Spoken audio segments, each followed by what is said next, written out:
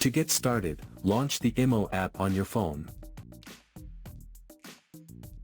Now go to the chat of the person you want to enable end-to-end encrypted calls for. Next, tap the three dots in the top right corner of the chat window. From the list of options, go to Call Privacy. Here, you will see the option End-to-End Call Encryption. Tap on it. Read the information carefully, then tap the slider next to End-to-End Call Encryption to turn it on.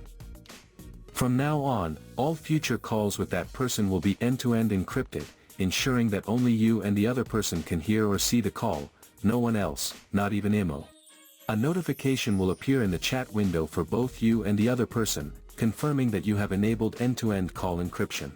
This feature ensures your calls are completely private and secure from third-party access.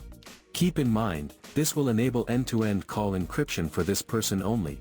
You can enable it individually for each person as needed.